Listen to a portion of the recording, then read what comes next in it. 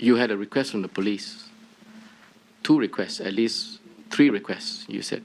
Yes, Did you bring this up to Mr. Singh or anyone else in the Workers' Party? I did. Did you seek advice and counsel as to how to deal with this? Yes, I did.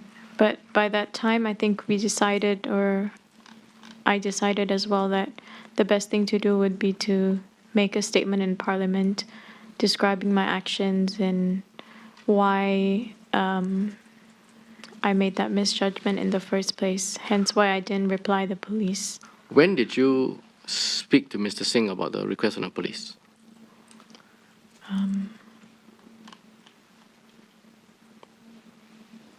I think on the day that I received it.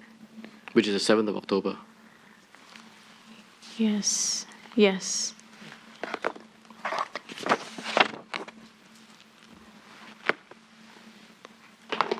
As of the 7th of October, you would not have had decided that you would come to Parliament to make a statement, correct? Oh, yes, correct. Yes. So at that point in time, it was equivocal as to whether you should see the police to clarify, or eventually, as you decided, come to Parliament to clarify. So it was not clear as of the 7th of October, right? Yes. So it couldn't have been that you decided that, well, since I'm going to clarify in Parliament anyway, I can ignore the police, correct? Yes. So what made you decide, or what made you discuss with Mr. Singh, and how did you all collectively decide not to reply to the police? I think the decision was because there was no reason for me to have to go to the police station. I think it was a request, and that was what the decision was. That since it was a request, I would not have to go. But to not even reply to the police? Was that something that Mr. Singh agreed with? That was To ignore the police and to not even reply to the police? That was the directive, yes. Who was that directive from? Party leadership. Who would that be? Sylvia Lim and Pritam Singh. Not to reply to the police? Yes. Did they explain the reasons to you?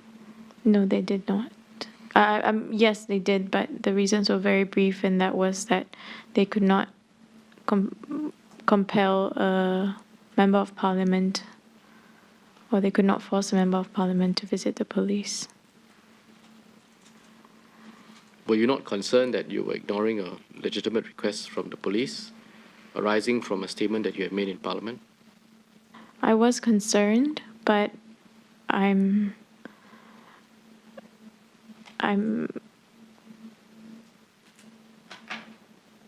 was not sure what to do and I asked for advice, and that was the advice that was given to me. And so you went along with the advice given by Ms. Lim and Mr. Singh? Yes. Which was to ignore the police and not reply to them on the basis that they cannot compel you. Yes. And all of this was even before you had decided that you would clarify the truth with Parliament, correct? Correct. So it is not as if in giving that directive, as you put it, to you, to ignore the police, that the senior leadership of Workers' Party already knew that you were going to come to Parliament to clarify the truth, correct? Sorry, can you say that again? Sure. As of 7th of October, when you received the first email and you said you saw Mr. Singh at that point in time, and you received the directive after discussing with him and with Ms. Lim, that you will not reply to the police, you will not accede to the request for an interview. At that juncture, 7th of October, you had not yet decided that you would come to Parliament, come clean, and clarify that the earlier statements were untrue. Correct. Right? Correct? Correct. Which therefore means that at the time Mr. Singh and Ms. Lim were giving you a directive to ignore the police, there is no reason for them to believe that the truth would come out in some other way, correct? I don't know what they assumed or why they came to that decision, because I did not ask. Well, just focus on 2 things. One, as of 7th October, you told us that you had not yet decided that you would come and clarify the truth with Parliament, right? So that's still an uncertainty at best. There's a request by the police to come and give an interview in relation to the matters you said in Parliament. You're not acceding to it, based on the directive from Workers' Party. So I'm saying to you that at least as a result of these two factors, there would have been no basis to assume that the real facts would come out at some stage through some other forum, correct? Correct. It is not as if I'm telling you to ignore the police, because I already knew you were going to clarify it in Parliament subsequently.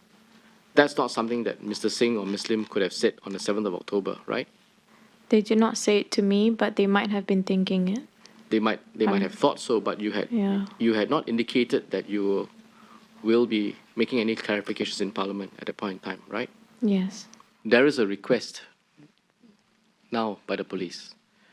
For Parliament, you might say, well, I need to make sure that there's another parliamentary sitting, so, okay, it's another 3 weeks or 4 weeks later, and that's the forum. That's probably what you're thinking. But the police is available at any time from the 7th of October onwards for you to come clean and correct the lie. Why not take it?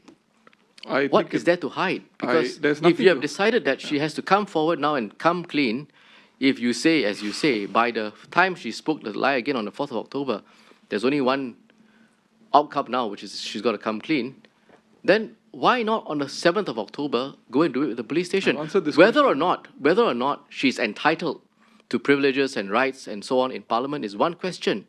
But any citizen, even a member of Parliament, can go to the police station and clarify a fact. Indeed so. So why not? Because in my judgment, Parliament was the right forum to correct her mistake. And you told her that?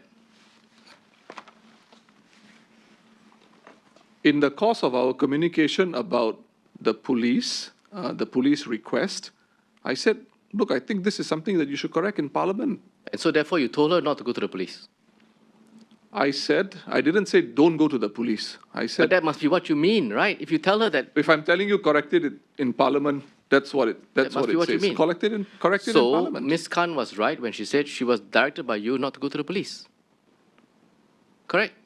I would have given her that I would have given her the guidance that, if you're asking me about this, my view is you correct it in Parliament. Yes. And guidance and instruction not to go to the police, right?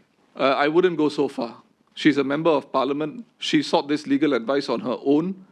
She could, if she felt that my advice was irrelevant and that actually she wanted to go to the police, there was nothing I could have done to stop her.